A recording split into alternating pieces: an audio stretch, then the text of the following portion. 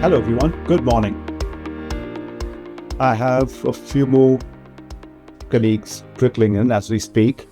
But in the meanwhile, I hope you guys are all tanked up. You had a reasonable break between meetings. You have a cup of coffee in your hand to enjoy an amazing conversation on getting people to listen, getting people to work together, right? All this basic stuff that drives us up the wall most of the time, either before meetings or after meetings. The reason we picked this as a conversation is very close to the heart of 𝘵 as a company. 𝘵 as a company has been around for close on 2 decades now. Our journey started with being a financial consulting organization. And very quickly, we discovered that leadership teams are not teams. They're groups of people that often have similar designations, but they're not yet a team. That led us to go down a fairly tortuous path before we realized that, okay, fundamentally, let's fix how organizations deliver change. And that path, starting 2017, moved us to the next storyline, which is, okay, to get the leadership teams that are helping the organization steer to change, how do I get them to talk to each other? How do we get them to communicate with each other, align with each other, sign up, and stay signed up with each other? That journey led us further down the rabbit hole of organizational behavior and took us down to culture. How do we help organizations manage change within a pre-existing strong culture? How do organizations grow, bring people in when they already have a strong culture and they're getting people in from other strong cultures, and so on and so forth. Where 𝘵 is today is we have a rich portfolio of a variety of things that we get done. Some of it are to do with helping organizations succeed as they are. But on the right side, you see what happens when we're dealing with answering some very organization-specific questions. How do we deliver change reliably, predictably, quickly? How do we get teams to work together in a meaningful way? In a way that they can actually hear each other and engage with each other. Perhaps develop respect for each other. How do you get organizations to articulate the culture they have and grow on it? That's been 𝘵's own journey and has a great connection with the topic itself, right? To be fair, that's my story too. My own story is that of a business leader who struggled with how to make my team, the people under me, sing from the same page. All that is what gives a lot of passion, a lot of interest for us in this topic of bringing people together, getting them to think together. There's a lovely book whose title says, "Dialogue is the art of thinking together." What's the deal? Why is this topic so important? Why should we care about it? I'm going to speak to that. I'm going to talk a little bit about bringing some science into this conversation of how to get people to talk with each other. This is a 90-minute webinar, and I'm going to monopolize maybe the first 45 minutes or 60 minutes, and then the rest of it is going to be conversation, where we're going to deal with specific problems you have, right? Specific challenges you have, and we're going to work our way through. So back to the conversation of why is this topic so important? We have passed through many decades of bringing people together with diverse backgrounds, diverse skill sets. Most of us are working in organizations where diversity of background, thought process, skill set, educational qualifications, everything are a given. Somehow, where we are today as organizations is, with all the diversity, we are not yet able to harness it. Why? Because it takes effort. It's far easier to set a meeting and run a meeting rather than to work together to prepare for the fact that there are different minds in the room, different thought processes in the room. How do we align them? And of course, the problem is, even if I'm interested, they are interested in being aligned, in being brought together, which means we deal with decision making, we deal with conversation, we deal with critical to-do tasks on a reactive basis.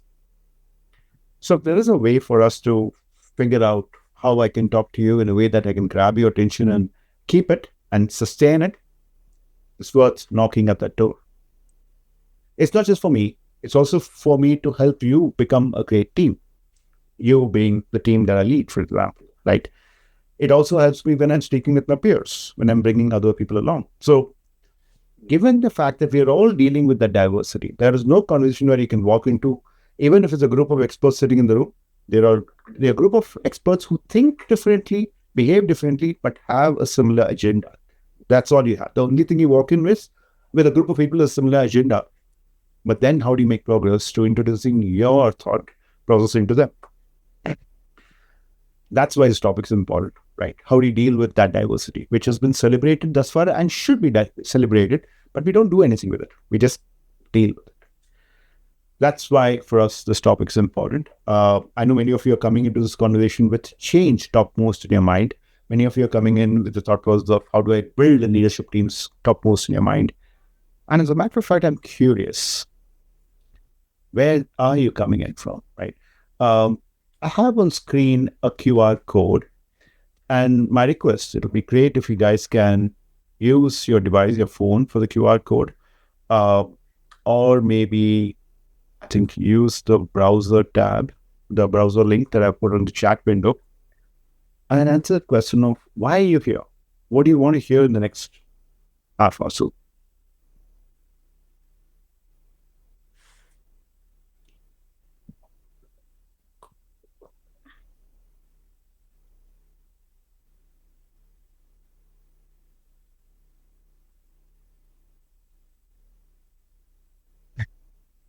It's always heartening in these posts to see the first responses coming to know that the tech actually works. Right? As there's this moment of stress or is it going to work or not? Yes, of course, all of the above. Right.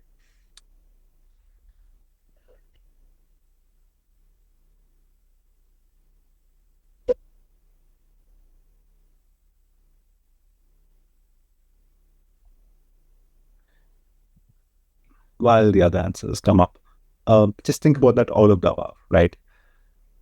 We are all in our organization leader in our own rights.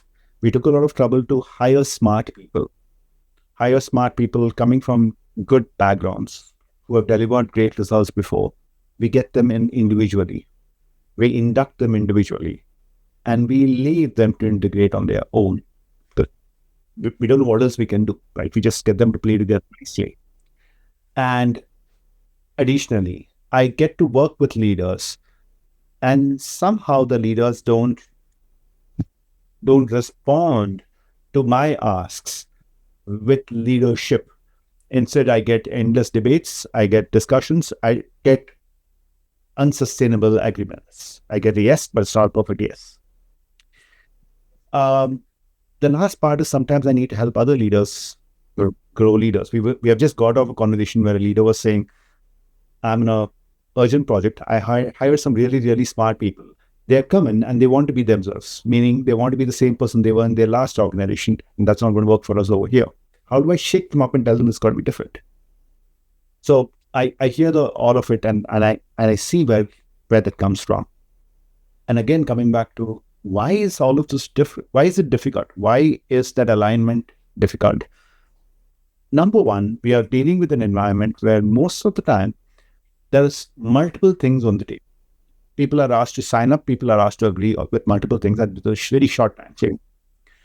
Pre-agreements don't stick. I'm sure many of you come from a context where you're saying, okay, let's talk to them individually, make sure they are all reasonably aligned, and then put them into the room. It doesn't happen. The third one is a very important point. I'm sure you've all run into it in some form or the other. The people who are holding onto the mic are not necessarily listening to the others. The people who are quietly listening, absorbing, processing, are not yet speaking up, even when it matter comes to a vote.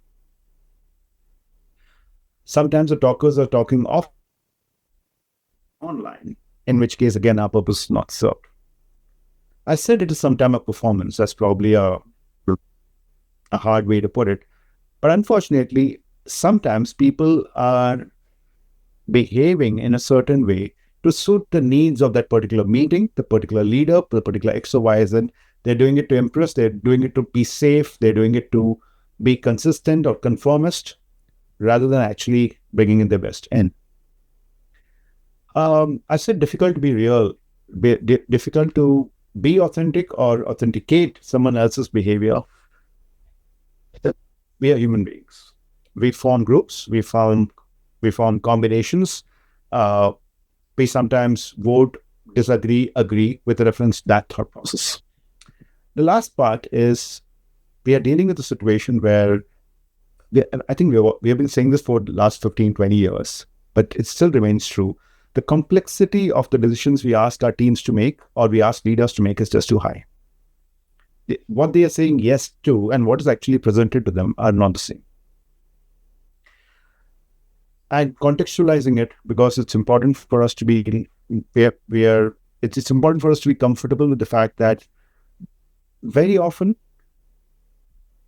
the ask from our side, hey, align, hey, stand up and be counted, be sing with one voice, right? It's a very difficult ask. I often joke that functionally, HR is not one HR. HR ops thinks very differently from HR L&D, which thinks from HR BP. Finance is not one finance. Treasury thinks differently. Controllers think differently. MIS teams think differently. FP&A teams think differently. IT is not one IT. IT architects are different. IT ops is different. Every function has so many realms of expertise that alignment is difficult. What does this mean for us? The only place we can therefore go is to the people. We have tried all the other ways. We have tried knocking on the role. We have tried knocking on their professional expertise. We have tried getting a handshake on, you're on the same function. My boss's boss is the same function. Can I get to talk with them? The stakeholder management part we have done. The only thing that remains for us is about that person themselves. And that is where our story starts today. Considering the fact that we are dealing in an environment where diversity is the norm, given the fact that we have all tried all that we can within the organizational mechanisms of creating alignment, we are saying, okay, fine, now left to everything else, let's just talk about the human being. Let's just talk about the human being under that polish and the designation and whatnot. And yes, it is a little ironic. I can see Mani smiling. It is ironic that we come to the human being last, right? That's the nature of the beast, right? Very often we are dealing with leaders who we don't necessarily know that well, right? So to talk about the person, I'm going to lean into something called emergenetics. And this is an emergenetics profile. I'm using this so that we can get some common language around what we're talking about. As a mechanism, as a metaphor, emergenetics says, look, what we think and what we do is boils down to 7 attributes. 3 of them are to do with how I behave with the universe. 4 of them are to do with what happens inside my brain. The rest of the world usually sees the right side part, right? The behavior part is what the rest of the world sees. What I get to see, what happens in my brain, is this thinking part. And then it comes out to others as these 3 behavior parts. Very crudely, that's what it's saying. What does this mean for us? And for that, I'm taking one person, right? In this case, I'm talking about a person named Malik James. What do we know about Malik James? What can this profile tell us about Malik James? Since it's important for us to always speak from a behavior perspective first, because that's what I first see about Malik. When I walked into office one day and I was told, this is Malik James, the first thing I saw was what Malik James did with me. We find that Malik James' profile tells us that on the subject of being expressive, Malik James is what we call as the first third. What do I mean by that? Malik James prefers to not say too many words. When I'm running a meeting with Malik's going to be quietly listening, not saying a single word, may not even nod, but absorbing everything that's said. If there's a meeting and Malik comes in and I'm the presenter for that meeting, Malik is going to be not necessarily coming, reaching to me, shaking hands and saying, how are you doing? Malik's going to quietly go find his desk, sit there. By the same token, when the conversation gets going, assertiveness, when the conversation gets going and I have to make a decision, I have to talk about X is going to happen, Y is going to happen, are we in? Shall we do it? And I look at Malik and say, what do you think? And Malik is going to say, I would like to hear what others are saying.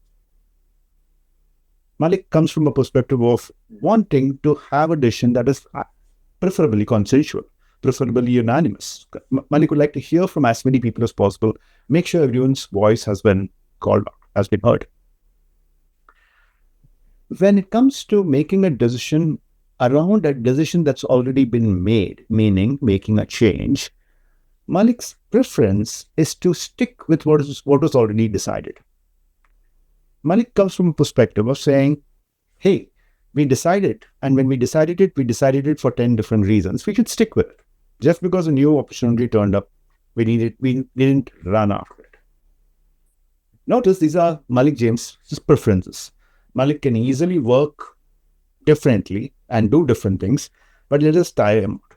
It'll just make him fatigued, right? So Malik can spend a meeting with Malik's own team, telling them a lot of stuff.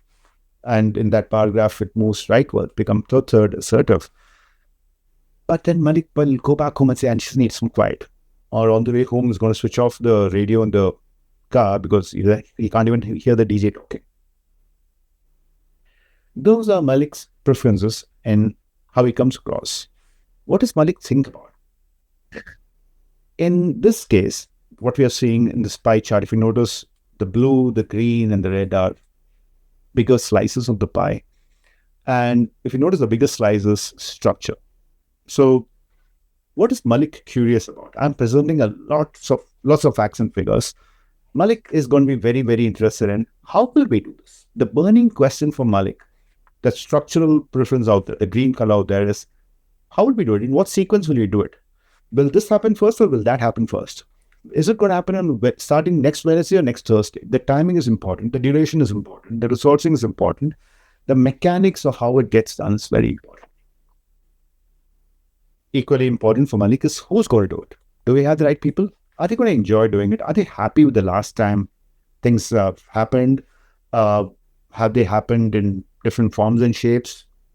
Are people generally unhappy about stuff? How are people feeling about this? And finally, Malik is also interested in the ROI, in the data, in the logic. We're already doing 5 things. How does this fit in with this? These are things that make Malik lean into the conversation. I can see him leaning in. The kind of questions Malik asks me are around these topics. How will it get done? Who's going to get it done? And is there a logic? Is there a rationale to it? Is there a bang for the buck around? Is there value for money on this? If I along the way start talking about, here are 5 other organizations who have done something similar. Here is how doing this will propel us to being number 1. If I start selling just the idea along the way, Malik's not going to sound very interesting. Because Malik says, okay, the idea is all good and fine, but I want to know these 3 things, right? Now, the thought process around what Malik prefers, and this is part of why we speak about emergenetics. Emergenetics as a system started with the thought process that much of our behavior, much of our personality is inherited. And we know this from neuroscience. We know this from neuroscience that a good chunk of our personality tastes do get inherited. And many of them also are things that emerge through our life. Right? So, in answer to that question on the chat window, can it come from low self-esteem or fear? In the context of emergenetics, we are saying, let's assume Malik is with his family group, feeling utterly safe, very comfortable in his self-esteem and his self-image. Still, natural preference for Malik is, why don't you go first? So essentially, when Malik and his family go for dinner, and everyone looks at him to say, where should we go? He's definitely going to say, where do you guys want to go? Hence, not from any other factor except the natural preference for hearing everyone else's voice. Okay. The reason I'm saying it in this form and shape is maybe Malik does have self-esteem issues. Maybe there are those issues. Emergenetics is not describing everything about a human being. Right? But this preference is independent of anything else that is happening in his psychological makeup. Okay, so far so good. Malik, we have an inkling of how Malik works. If Malik were the only person in the universe, we know now how to reach to Malik. For example, let's say I need Malik to agree with something. right? I know that I need to talk about these three things for that agreement to occur. I need to talk about the logic, the data, the process, and the people who are going to work on it. I also know that the nature of the agreement I might get from Malik is not going to be, yee-haw, let's go do it. It's going to be, okay, that's all I might get, first, third expressive. And Malik, before giving that agreement, would be curious on how's everyone doing. I would like to talk to my team before we go ahead on this. And I would like to hear, is there an alternate points of view at least? Let's give people a chance to talk. And finally, Malik is also going to, once having taken the decision, choose to stick with the decision. If Malik has said, yes, it's very likely, Malik is not on his own going to move that to a no. Because remember, he's also first assertive. So he's also going to reach out to me and say, Krish, I said yes, but now I'm thinking no. Can we talk a little bit? So even the back and forth is going to be fairly collaborative. Right? I just picked agreement for example. Let's say I need to propose an innovation to Malik, right? An innovation to a existing structure. This structured preference likes predictability, likes reliability, likes doing something. So long as it's not broken, why change it? So if it's innovation, I need to be mentally aware that Malik might have question marks around it. He might spend a fair bit of time on those question marks. He might raise concerns around, are people ready to manage it? He's going to definitely ask, if there are other issues to be solved, why don't you solve them? He's going to push for, well, we should, I'm definitely in the boat of saying we should stick to what we have agreed. But again, please tell me what else is others doing? How are others managing the fact that you're disrupting an existing process? And again, all of this may not be long email chains from Malik. It might be shorter conversations. We're getting a perspective on Malik, on how we deal with Malik. And I think it's worth it to introduce the fact that, unfortunately, if Malik is in an interview of himself, and there's a leader in the room who likes conceptual preference and is going to say, what are 3 new ideas they can come up with? Malik is, as an interviewee, going to speak about ideas that have already worked, give reasons for why they worked, give reasons for how people were good about it. But he's going to do this not from a sales pitch or very many words. He's going to be very crisp, succinct, and short about them. And along the way, if the interviewer interposes, becomes, just in the spirit of having a good conversation, starts challenging stuff, Malik is going to say, hey, that's true, and stop there. And then he's going to say, but I would still rather do what I initially proposed. So keep this thought process also in mind. How Malik is seen by others is a function of where they come from. And there might be others who view Malik one way or the other. They start forming stereotypes about them. And that is how I'm going to hook back to us harnessing thinking cognitive differences, right? We tend to judge people, and we have these lovely words, introvert, extrovert. But as you can see, it's a bundle of many things. Malik enjoys being with people, likes people, but not a big crowd in the room. Notice that in Malik's case, Malik is having a social preference, is empathetic, can intuitively see a person and know whether they are in pain or they're joyful. But that applies for Malik for a small group of people, first, third expressive. You put Malik with his 2 friends in the whole wide world, he's going to be joyful. Those 2 friends are now joined by 20 other people, and Malik goes, fight. The numbers are not his realm of comfort. Sure. Now, notice, compared to 5 minutes ago, they have a very different view of Malik. That's not enough, because now we also need to talk about Janet, who's his colleague. Janet comes from a different place. Janet is second, third expressive. What does that mean? It means Janet sometimes is going to be quiet, and sometimes Janet is going to be chatting away. Sometimes Janet is going to be processing internally. Sometimes Janet is going to process verbally, process through gestures, be be voiceful. You can hear her from a mile away. You can hear this sheer joy in the conversation.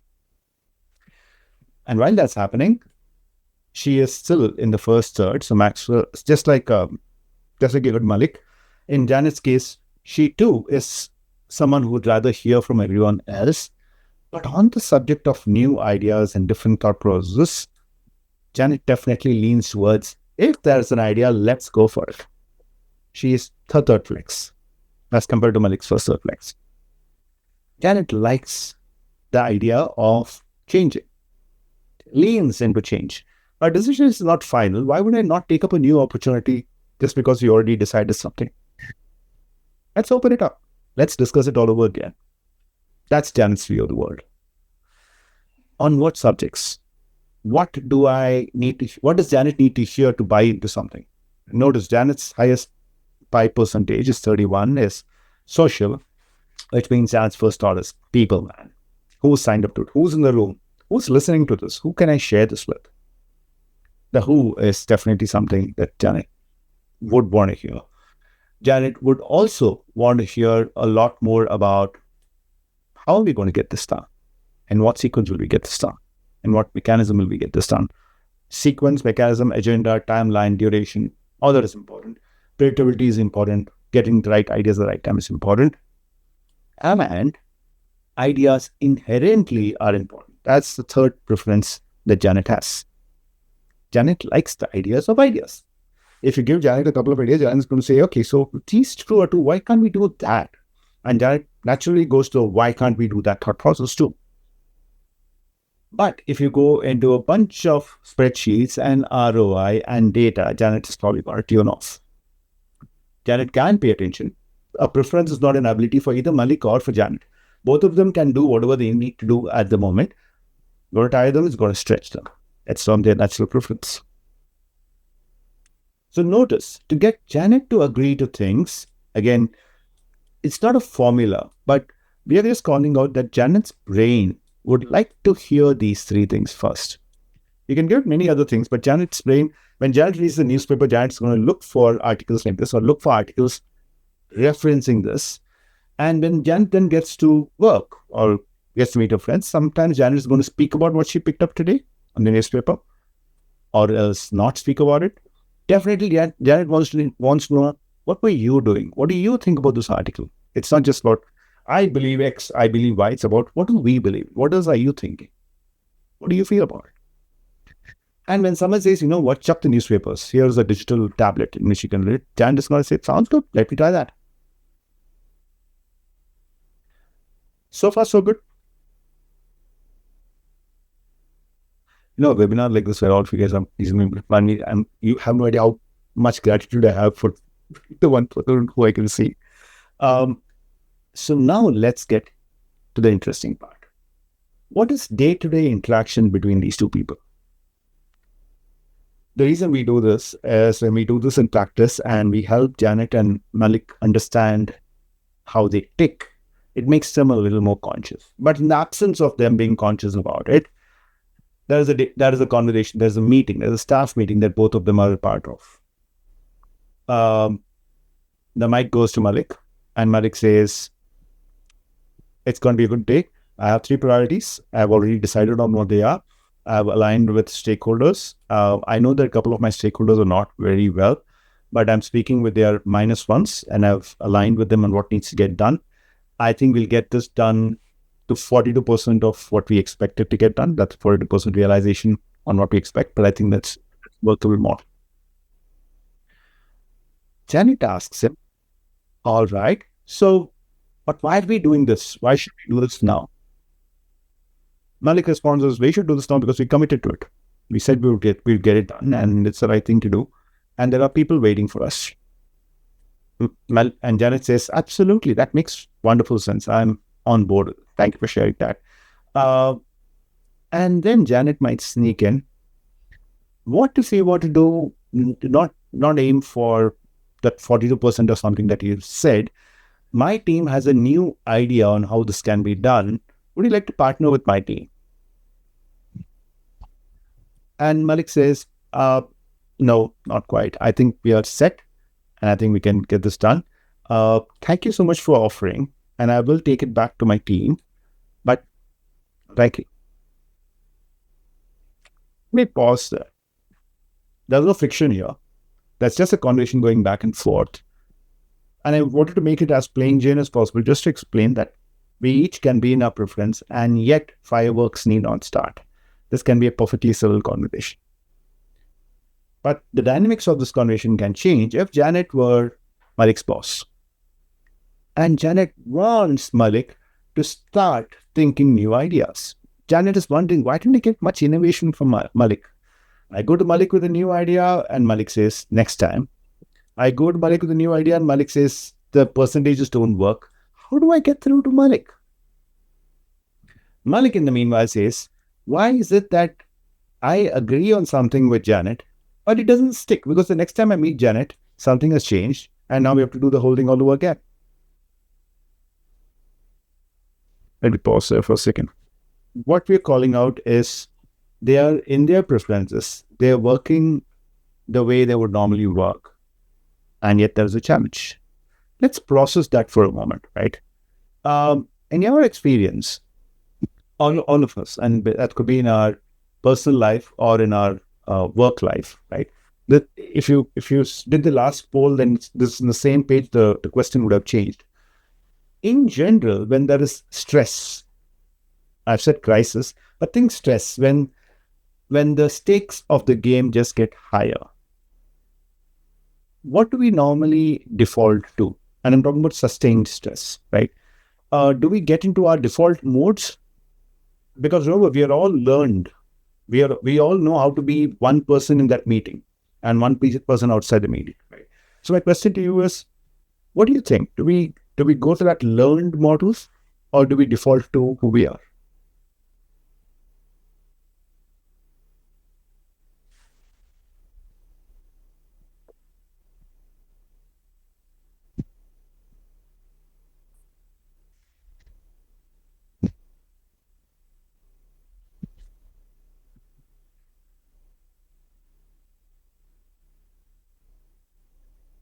The next question is actually not coming up for me. Exactly, let me do that for you. Yeah, same here. I'm stuck on the previous one. Thank you so much. Let me just fix that.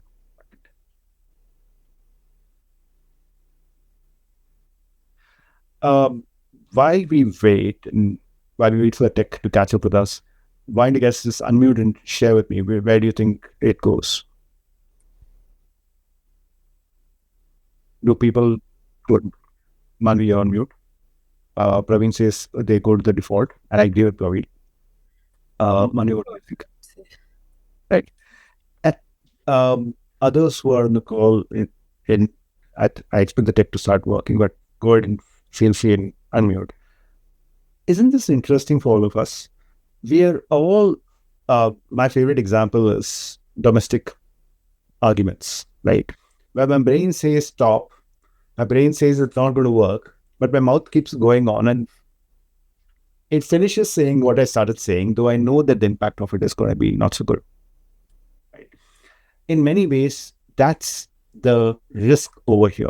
The risk over here is, though Malik and Janet know that which behavior is preferable for them, which behavior is going to get them better results, it's very likely that they are each moving into the default, sometimes knowingly, sometimes unknowingly. Now, if you are the manager of Malik and Janet, it puts a different dimension altogether. Because now it's a question of, you need to get something new. Who would you prefer going to, Janet or Malik?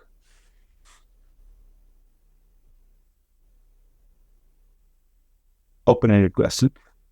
I can see that Amit has figured out how to annotate. So Amit, you can annotate on the screen too. Everyone else, on your screen, you might see a crayon-like green box. So you can go ahead and annotate on screen. If you were the manager of Janet and Malik, and you needed to bounce off a new idea on them, which one would you rather go to? Praveen says Janet. Janet. Yep, I would agree with that thought process. But is that what we should be doing? You got diversity. You brought in diversity. But now you are saying, Krish, it looks like this person is genetically tuned to say no. Quite. If you think about what all we said, we agreed that for Malik, numbers make sense, process makes sense, people make sense. Malik is going to say no to changing an existing idea. But Malik is going to be open to hearing ideas. But Malik is not going to say yes to an idea for an idea's sake, just because it's a new idea. The way we normally speak about this first third, the person who's focused on a decision, is notice everything was about a decision. Once a decision is taken, Malik is going to want to see the decision through. It's wanting to have themselves or the organization distracted. But till the decision is taken, Malik is just as analytical or structural or social as any one of us. So keep that thought process also in mind. As a manager of Malik and Janet, it might feel easier, lower friction to reach to Janet. But guess what? Then the risk we run is, yes, woman Janet, Malik has a social preference, knows that Krish, the manager, never goes to Malik with the new idea. And by the time Krish and Janet have agreed and present Malik with, hey, we have decided to do this, Malik is going to wonder, well, but we decided to do something else last month. Why are we doing this? We walk into this diversity thing very, very, very easily. We walk into the fact that cognitive diversity is invisible. We can't make out what's happening in the person's brain. So, like you rightly pointed out, we seek people who are like us or people who will give us what we need. And what we miss out is the opportunity to convert Malik. Let's try another scenario. Right? There's a deliverable related discussion. Right? Malik needs to get Janet to sign up to something with Janet and her team. Malik goes and says, I know we agreed on XYZ. I know you have your resources already assigned, but I've looked at the data and the data clearly says that we need to do something different. Can we do something different? Janet appreciates the opportunity, but is saying, look, the data is not the point, right? What you're suggesting is it's not a game changer. It's not big enough for us to make the difference. So, yeah, keep talking, but I would love to hear more from you. So, Janet basically leans into Janet's preferences. And Malik says, well, I've said everything I need to say. I have nothing else to say. What do you think? And it's a little bit of a tennis game that's happening. What do you think? What do you think? What do you think? Do you think that Malik will be able to convince Janet?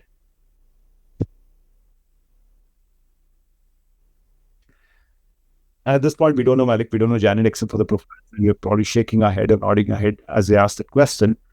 But look at it differently. What if they knew each other's profile? What if Malik knew that, hey, this is how Janet thinks? But notice in the space of what, about 20 minutes, you guys are very comfortable with reading the profile, with understanding what's happening with Malik and Janet.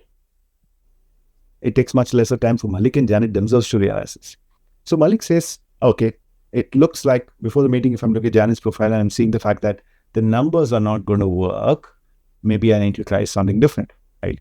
Since numbers are not the way to reach to Janet, why don't you just stick with these two? Why don't you just go to Janet with these two? Because these two are aligned for me. And it looks like Janet would welcome the change so long as it doesn't sound ridiculous. So Malik goes in and sells the change in Malik's own way, right? Malik leans a little bit rightwards, exerts himself a little bit to explain the ideas, right? Malik understands that change is difficult. So Malik says, see, I know it's a tough ask. Janet still says, I get what you're saying. I still don't think it's a great idea. What else can we do? Because that's Janet's conceptual preference saying, what else can we do with this? If any way you want additional 2 resources to change it in this fashion, why don't I give you 3 resources and you change it like this? Since Malik understands Janet's profile, Malik is not going to view it as a power grab. Malik is not going to view it as Janet going off to a different direction. Malik is going to say, yeah, that I can see where you're coming from, but perhaps not now. But now it's become a simple conversation. Now they have each left the oh, this person doesn't get me thought out of their head, and they're instead discussing facts. Let's up the game. What is a change discussion? Some of you are change leaders. Let's assume for the moment that Janet is a change leader. Janet is leading a change all through the organization, right? And Malik is a key leader, key sponsor that's going to work through the change. Again, when Janet goes in blind into the conversation, then it's a little tricky, because somehow in the meeting, when Janet is presenting what needs to be done, Janet may not hear something very vocal and excited from Malik. But Malik is interested in how other groups are handling it. Malik wants to make sure that it is not going to disrupt anything that's already happening. Both their structure, preference, and their personal flexibility is going to make sure that it shouldn't be very disruptive. Malik definitely likes the idea of the change being managed really well, that people are escorted through the change comfortably. Malik is going to ask, is there a value in this that I don't know of? Should we be doing this now? I'm already doing 5 other things. Shouldn't it get done there? And as Malik asks those questions, if Janet wasn't aware of Malik's preference, Janet is going to say, oh my God, this sponsor again is thinking, this leader's again thinking of their silo and their power grab and whatnot. But if Janet did know Malik's profile, Janet is going to say, okay, so Malik likes numbers. And Janet is going to call out, okay, X percentage of projects succeed when you do good change management. This is what change management looks like. This is how we run it. And now the conversation is very different, because Malik does get what he wants out of the conversation.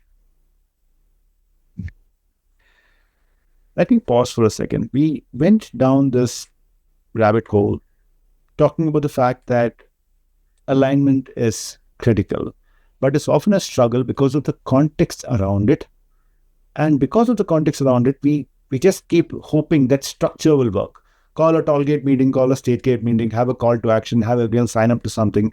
We're hoping structure will compensate for it. But what we've been talking about for some time is not about the structure or the kind of meeting or the pre-reads or the agenda you send. Instead, we are asking, what do each of those individuals want out of the universe? How would they like to deal with the universe? How do they process the universe?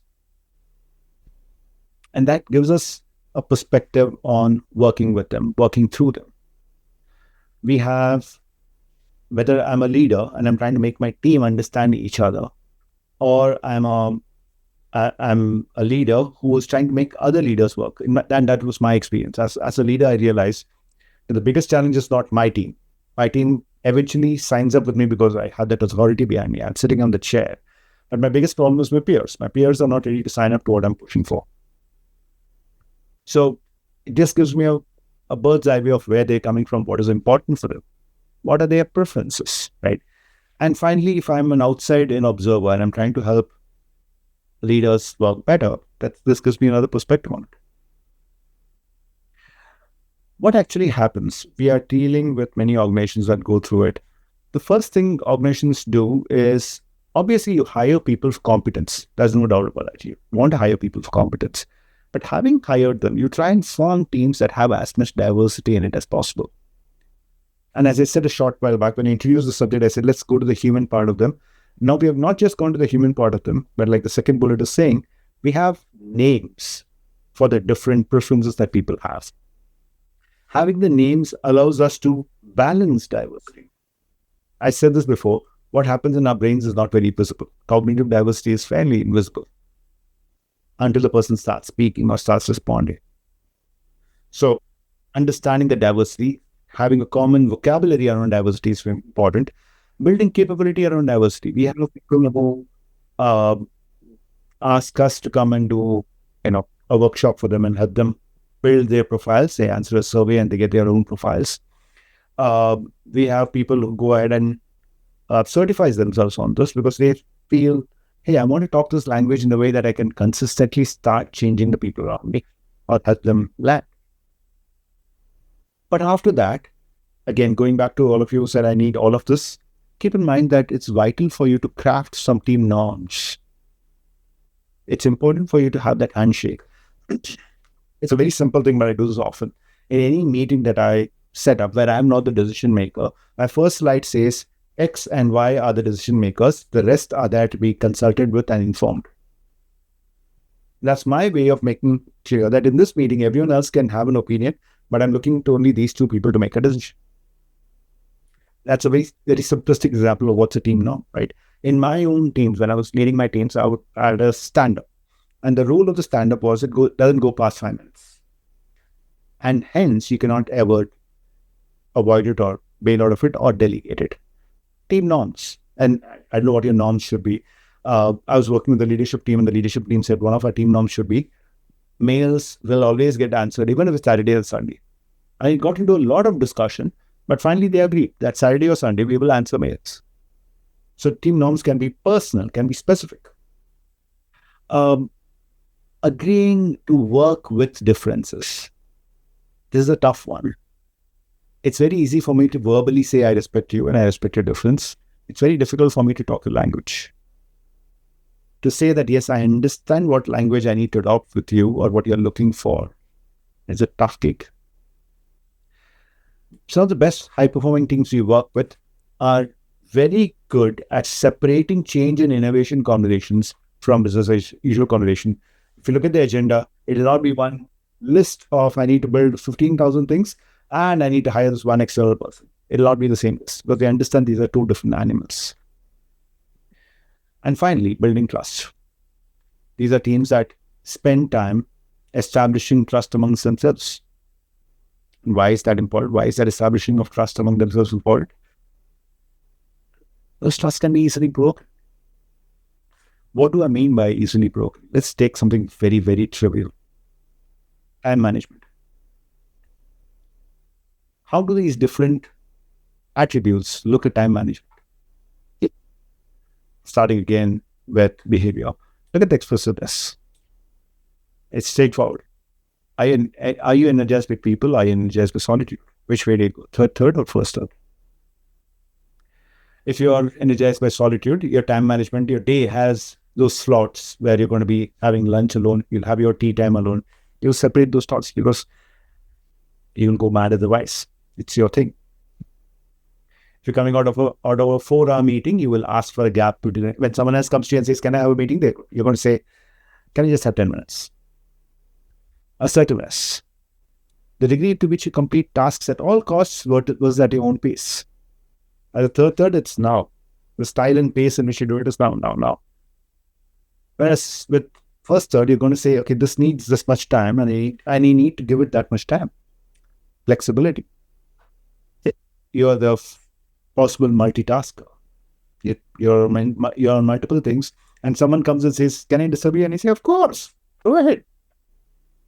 Versus someone who is going to worry about unplanned interruptions. If I go to that person and say, "Can I disturb you?" the person is going to say, "Maybe not now. Can you come back in 5 minutes? I'm finishing something just now." Because what I set out to do is sell it on. What about my thinking storyline? For the analytical attribute, usually my own observation as an analytical attribute, people with their preference have clean tables. They like to have things in their place. They get very annoyed with a mess and they're walking door. They have clarity on what's important, what's not. Structure, though, they are going to be focusing on the calendar, making sure the calendar is already set. It's a reliable calendar because between 9 and 9:30, I have this meeting. And that's from 9 to 9:30. And at 9:30, we are done. Because I will go to the next meeting. I have to go down to the building. It takes me 7 minutes. So not earlier than 9:40. 3 minutes as a buffer. The social attribute is going to say, fine, can we leave the time part of it aside? Who's going to be there? You need me to spend a few more minutes with you. Let's sit and talk. You need the time. I need the time. This topic is interesting. Let's start. And finally, conceptual. Conceptual is thinking along lines of, we kind of covered the important stuff in the beginning. The rest is, all the details. You can figure out the details in detail. For time management, the conceptual attribute might have its own awesome, cool way of doing it. Their diaries might look really good. Might not be regular, but even the way they capture different kinds of meetings and what they do in it, they might spend a lot more time on that. And all this is just about time management. So we're trying to say that there is so much to how those preferences emerge in our day-to-day work with people. Let me stop there. The intention of taking you through all of that was to try and say that interaction with people need not be guesswork. It need not be restricted to just getting the job done. When I'm coaching my own team and I'm coaching others, I often point out that one of the curses of organization life is we tend to end up connecting more with the person's chair, the person's role, the person's designation than the person themselves. So when the meeting starts or when the conversation starts, we talk to that part, right? And this could be my own team member. I'm going to say, how are you? They're going to say a few words and then I'm going to get to work. So our interaction tends to be more with the person and the job responsibilities they have than with the person themselves. Emergenetics gives me a language. Forget emergenetics for a second. It's not about emergenetics. It's about the message that it gives us. There is more to a person than their designation. There is more to the person than their LinkedIn profile, on a lighter note, right? There's aspirations, there's lived in hopes, there's so much that they have done. And those 15 lines of LinkedIn profile are only that much. This gives us a vocabulary to talk about that. And I'm hoping some of you, while I was speaking about Malik and Janet, also thought of some Maliks and Janets in your own personal life, right? And interestingly, I find emergenetics interesting because I'm a geek, I'm a nerd, I like numbers, I like research, and this comes out of research, tons of research. We do this research, we've been doing this research for decades now. And the beauty of it is people do change, but not to the extent we think they are. Some of these preferences stay consistent over lives. What we have observed is unless it's drugs or a significant life event or coaching, specific coaching, I want to be different, our preferences don't change. Our abilities can change, but our preferences don't change. I said drugs, I would also add drinks. Invariably, we always think we are more sociable than we are once a couple of glasses have gone in. So drugs and drink can make a difference to your profile, but otherwise our profile tends to be fairly consistent. What does this mean for us? Going back to that original topic that we came into this room for, right? We said strengthen alignment and performance. We need a person to align and agree with what's being said. We need a person to then go and execute to whatever they align with. We need both of that to happen. With this conversation, I'm hoping what we have established is it is possible, but the golden rule we were taught when we were kids is do unto others as they would do unto themselves. This is more like the platinum rule. You have to talk to Malik in Malik's language. You have to talk to Janet in Janet's language. Well, Krish, I don't have someone's profile. How do I guess it? How do I figure it out? Talk with them. Listen to the questions they ask. Listen to what information the comments they make, the kind of stuff that gets them woken up and gets them into conversational mode. And also observe what is conversational mode for them. For some people, conversation mode is okay. And for some people, conversation mode is, yes, that's a brilliant idea. Let's go for it. I see 5 other companies do it. Let's run after it. Some people want to know, why are you making me speak? Some people want to know, when do I get to speak? Right? Some people are going to say, well, never let an opportunity go by. Some people are going to say that, hey, never let a decision be incomplete. And we can see it. We can hear it. But it takes a little more effort. The beauty of this, and this is the last comment I would make, beauty of it is it doesn't need to be paid back. Even if you don't understand me, I can still understand you and connect with you. But